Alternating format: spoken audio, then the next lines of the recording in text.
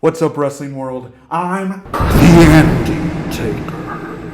And in case you've been living under a tombstone for the past month, this Survivor Series marks the 30th anniversary for The Undertaker in the WWE. So, to celebrate, we're counting down The Undertaker. 30 moments in 30 years.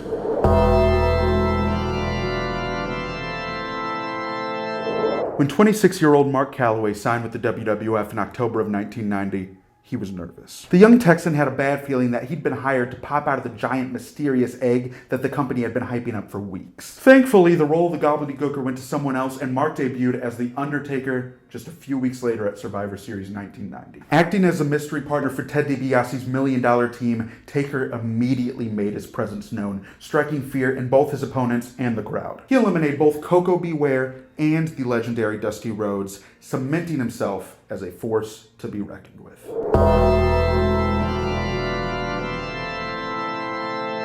Just a short year into his career at Survivor Series 1991, Taker vanquished Hulk Hogan, claiming his first WWF championship. The match was plagued with controversy, with Ric Flair assisting in the victory, helping Undertaker tombstone Hulk Hogan on a steel chair. Kayfabe WWF president Jack Tunney soon scheduled the rematch, and just a couple days later, Taker dropped the title back to Hogan. And years later, it's common knowledge among fans that there was also controversy backstage, with Hogan claiming that The Undertaker actually injured him with an unsafe tombstone. Sure.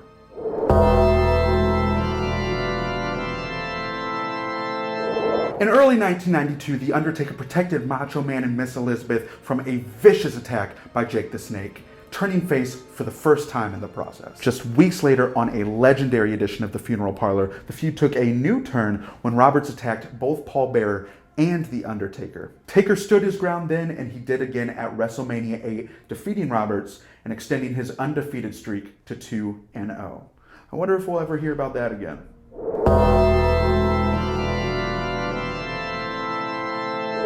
On January 11th, 1993, the wrestling world was changed forever with the premiere of Monday Night Raw. And of course, headlining the night was The Undertaker gaining a victory against Damien Demento. By then, Taker was a trusted hand and a consistent draw, and he continued to further that legacy, creating some iconic Raw moments throughout the years. And though he may be more associated with the blue brand, The Undertaker has done a lot on Monday nights, including crucifying Stone Cold, setting Kane on fire, and marrying Stephanie McMahon, or at least attempting to.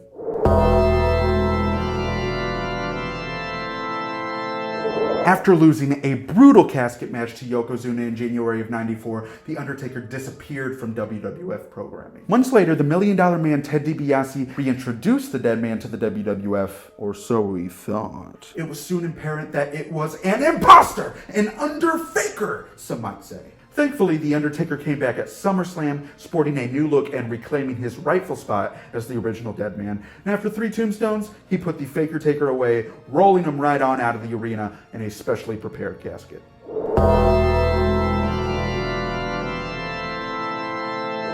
The Andy Taker's having some slight orbital bone issues right now, so subbing in this round, the host of the 411 On Wrestling podcast, Blake Lovell. Blake, take it away. Thanks, Andy. And Andy, let me ask you a question. What is scarier than The Undertaker in his usual form? It's The Undertaker with a scary mask, and that's exactly what wrestling fans got in 1995 when the Phenom returned to action with a Phantom of the Opera-style mask, or a facial appliance, as Vince McMahon regularly referred to it. The reason? Well, it was because Mabel fractured The Undertaker's orbital bone in his face, so the mask was a way of protecting himself in the ring. Luckily, Taker would get his revenge on Mabel in December 1995 at In Your House 5 by defeating him in 6 minutes in a casket match. However, for people who wanted the mask to stick around for a while, that wouldn't really happen, because The Undertaker would return to being maskless at the Royal Rumble in 1996 when Bret Hart snatched it off of his face.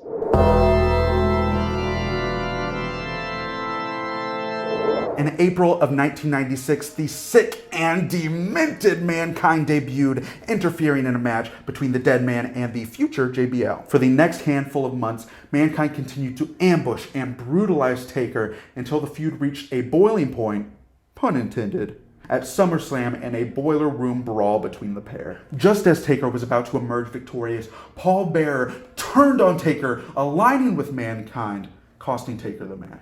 2 months later, the bitter rivals met in the first ever Buried Alive match, and The Undertaker came out victorious, chokeslamming Mankind into the 6-foot deep grave. However, it was Mankind and Paul Bearer who got the last laugh, ambushing Taker once again and burying him alive.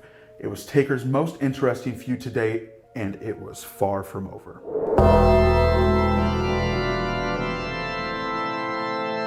For months, Paul Bearer had been dangling a deep, dark secret over The Undertaker's head. A young Undertaker had burned down the family funeral parlor, causing both of his parents and his half-brother to rest in peace. Or so we thought. Kane was still alive and he was waiting to exact his revenge on his older brother, and he did so at Bad Blood 1997. Taker was in the midst of a brutal Hell in a Cell match with Shawn Michaels when Kane, lit by the fires of hell he escaped from, lumbered to the ring, ripped off the cell door, and tombstone Taker straight to hell. Kane's debut added another layer to the Deadman's character, giving him a lifelong rival and partner, and was arguably the greatest story in WWE history.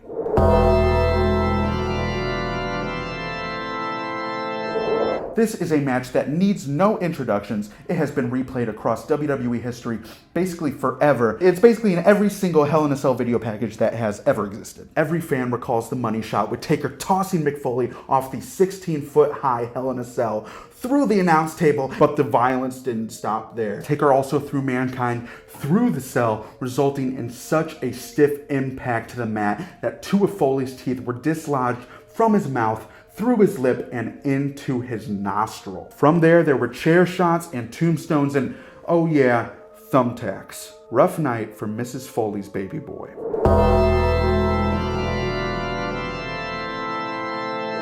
Taker has had a long and storied career, and he wouldn't have been able to stay relevant without 2 things: innovation and reinvention. And in the late 90s, when an era of realism, edginess, and attitude were ushered in, he knew he had to change. In January of '99, The Undertaker updated his character in a sinister and cultish fashion, donning dark robes and a wicked goatee as the leader of the Ministry of Darkness. He led the likes of JBL, Edge, Christian, among others, in an unholy venture to take over the WWF, and so he did, with the surprise formation of the corporate ministry.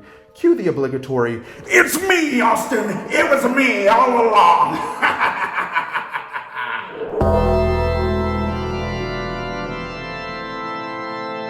The Andy Taker's off riding his motorcycle, so once again, Blake Lovell. He's here.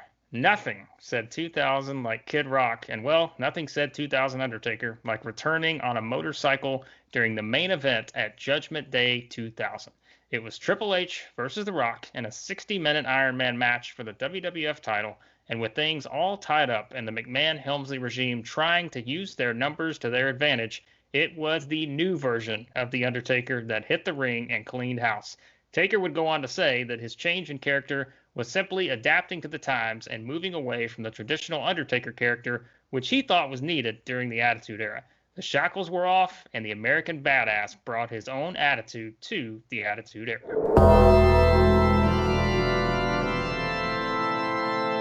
In a recent network special, both Kane and The Undertaker admitted that this was their favorite iteration of the Brothers of Destruction, and I couldn't say I disagree. We had Biker Taker, and we were still in the final years of the true monster Kane, and it was glorious. They tore through the roster like scissors through paper, and the crowning moment was defeating Edge and Christian for the WWF Tag Team titles. And while this version of the team may have petered out with Kane getting injured, it still lives on in my cold, undead heart.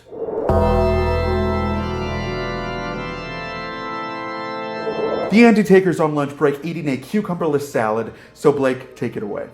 From the American Badass to Big Evil, Undertaker continued his evolution in late 2001 after attacking the lovable Jim Ross on an episode of Raw. However, it wasn't all mean intentions for The Undertaker during that era. Being the ultimate professional that he was, so frequently known for during his career, The Undertaker would turn his attention to helping put over younger stars. One of the more memorable moments came during the 2002 Royal Rumble when Taker, one of the favorites in the event, was shockingly eliminated by former Tough Enough winner Maven. Then came a memorable ladder match against Jeff Hardy for the Undisputed Championship on Raw. From there, it was a hot feud and a series of intense matches with a hot up-and-comer named Brock Lesnar. Something tells me we'll get back to those two in a bit.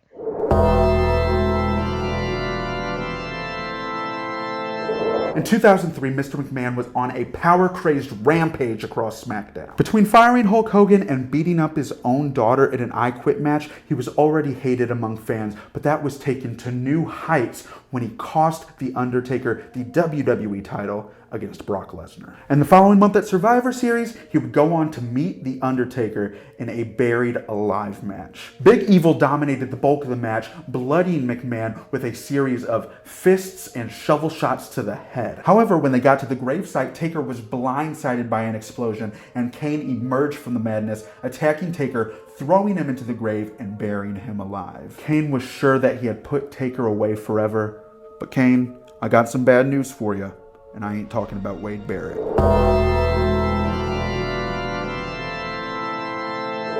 For months after burying his brother, Kane was tormented by haunting messages hinting at Taker's return. The Phenom's spirit made bells toll, rings shake, and ultimately cost Kane the 2004 Royal Rumble match. But the mystery came to an end at WrestleMania 20 when The Undertaker returned as the Deadman along with Paul Bearer. And while the match was nothing to write home about, the combination of a Big Evil Taker and a Deadman Taker excited fans, including a 9-year-old Andy Taker who marked the fuck out! As Deadman 2.0, The Undertaker continued building and elevating future stars, including one Randy Orton. After a failed world title run, Randy Orton was in somewhat of a limbo state in his career until the Legend Killer challenged Taker to a match at Mania, hoping to end the fabled streak. As we all know, things didn't quite end up that way. However, Orton won the rematch at SummerSlam as well as a handicap casket match alongside his father, Cowboy Bob, and then they literally burned The Undertaker to death. Or, once again, so we thought.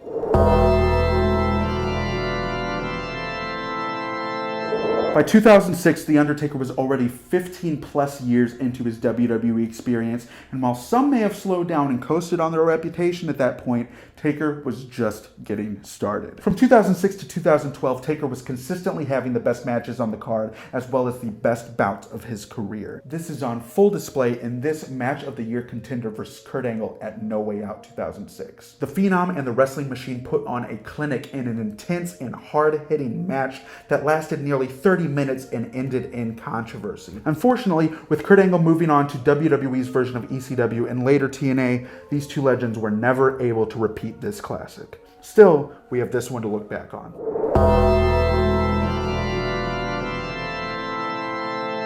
The Deadman had basically done everything at this point. Hell in a Cells, WWE titles, Boiler Room brawls, being burned alive inside of a casket on multiple occasions. However, he hadn't accomplished two things: winning the Royal Rumble and winning the World Heavyweight title. That wouldn't be the case for long, as Taker became the first man in history to enter the Royal Rumble at number 30 and win the entire thing, eliminating MVP and Great Khali before clashing with Shawn Michaels in the final two. In a mini precursor of sorts to the WrestleMania Classic, the pair fought tooth and nail to the bitter end, where Undertaker dodged a sweet chin music, sent Michaels tumbling over the ropes, and won the Rumble. Taker would go on to face Batista for the World Heavyweight title at WrestleMania, and we all know how that turned out.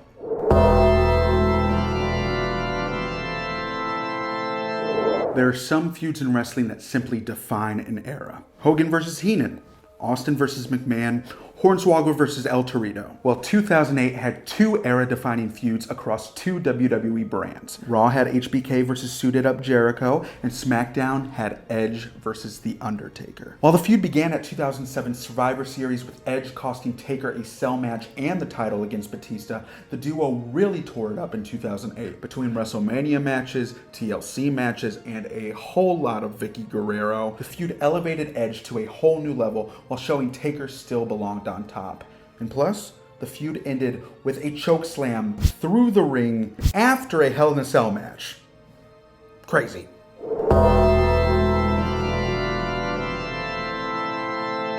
Reminiscing on this banger of a match, Blake Lovell. WrestleMania 25. It's a WrestleMania that may not rank among the best or the most memorable in WWE history, but there's one match that those who saw it will never soon forget.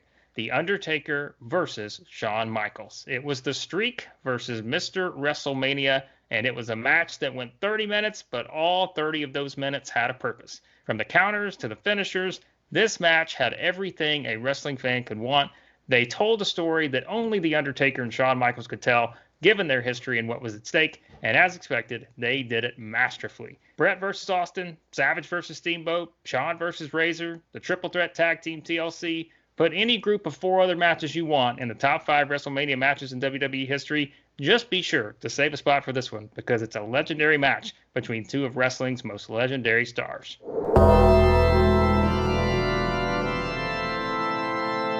How in the hell could 2 men with a combined age of 90 outdo the heaven and hell balls out banger that we saw at WrestleMania 25? Well, it's simple.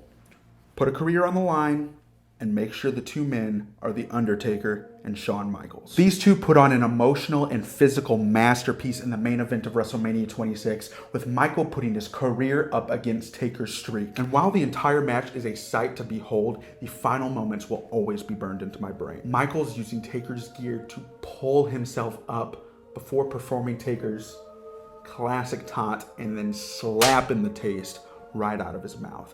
Well, it turns out that slap was signing his own death certificate, with Taker following it up with a brutal jumping tombstone piledriver, ending HBK's career.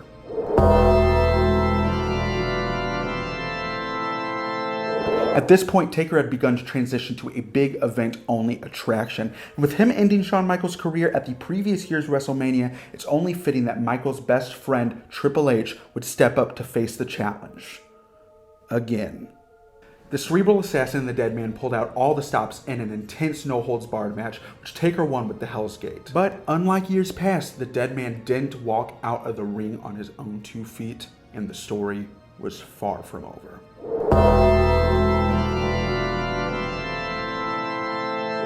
After a 9-month absence from the spotlight, Taker returned in early 2012 to confront Triple H. He had something to prove after getting carried out of Mania 27, but Triple H was reluctant to accept the challenge. Finally, after the Deadman accused him of living in HBK's shadow, the game accepted and the 2 faced off in a Hell in a Cell with Michaels as the special guest referee. The match was an instant classic, and even after a super kick into a pedigree, Taker still came out on top. After the match, the trio went to the top of the stage and looked back at a passing era, resulting in this classic photo.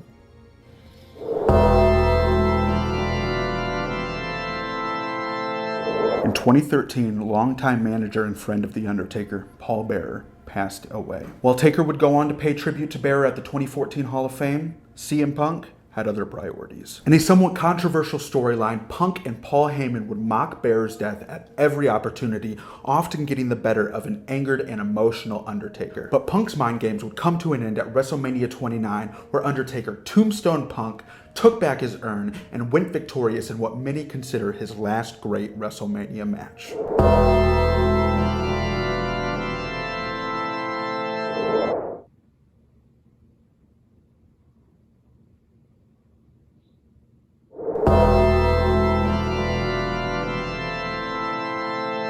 After the streak was conquered and Paul Heyman continued to brag and gloat for the following year, Taker had a bone to pick and a to kick with Brock Lesnar. And kick his he did. Old Man Taker pulled out all the stops, ambushing Lesnar at Battleground and reigniting a feud that would headline the summer and fall of 2015. Between a personal opinion, classic yet controversial match at SummerSlam and a straight up flesh on wooden board brutal Hell in a Cell bout, Taker proved that even through the pain, he still had something left to give.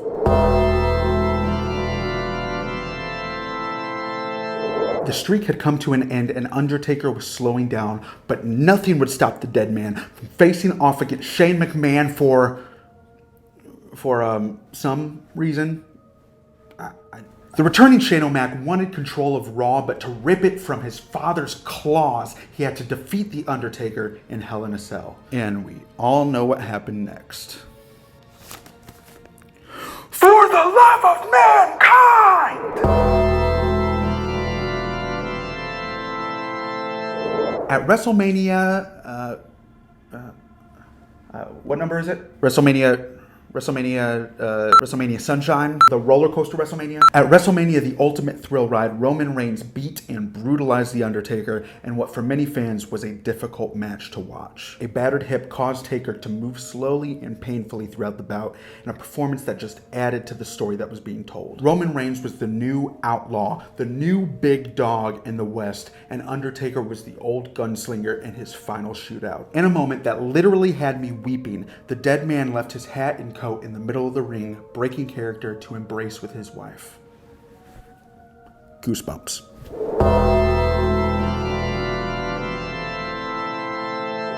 We didn't know if Taker was going to show up in 2018, but we know Andy Taker's not here now. Blake, take it away.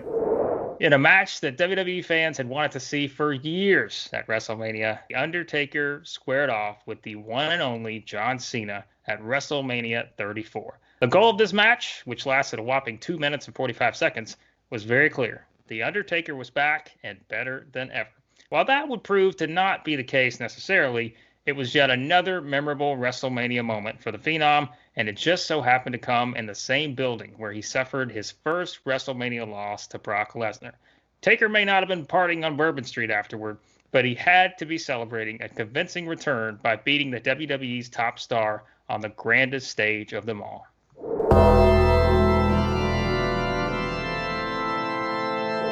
After years of shaky performances and self-doubt, The Undertaker stood across the ring from Goldberg at the Super Showdown in Saudi Arabia. What followed was brutal, and not in the, oh my god, Mankind just went off the cell type of way, more so in the, oh my god, these two middle-aged guys are going to kill themselves type of way. Looking to redeem himself, Taker teamed with Roman Reigns to face off against Shane O'Mac and Drew McIntyre at Extreme Rules. Though his ring time was limited, he was in there with the right guys, and we got a taste of the Taker of old one last time.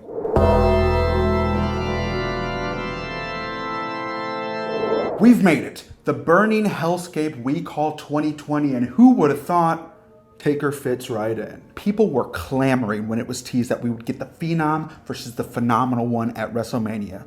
But then, coronavirus came in with the kendo stick for the post-match beatdown. In a swerve that nobody saw coming, AJ Styles would face off against the Deadman in a cinematic boneyard match. We knew things were business when Undertaker came rolling in on that chopper, and things just got better from there. We got fists through windows, choke slams off barns, big boots into graves, and every bit of it was perfection. And now, here we are, living in a world with a post-kayfabe Undertaker. And as somebody whose life is shorter than Taker's career and who's been enamored with Taker his entire existence, I must say, it's weird and wonderful and everything in between.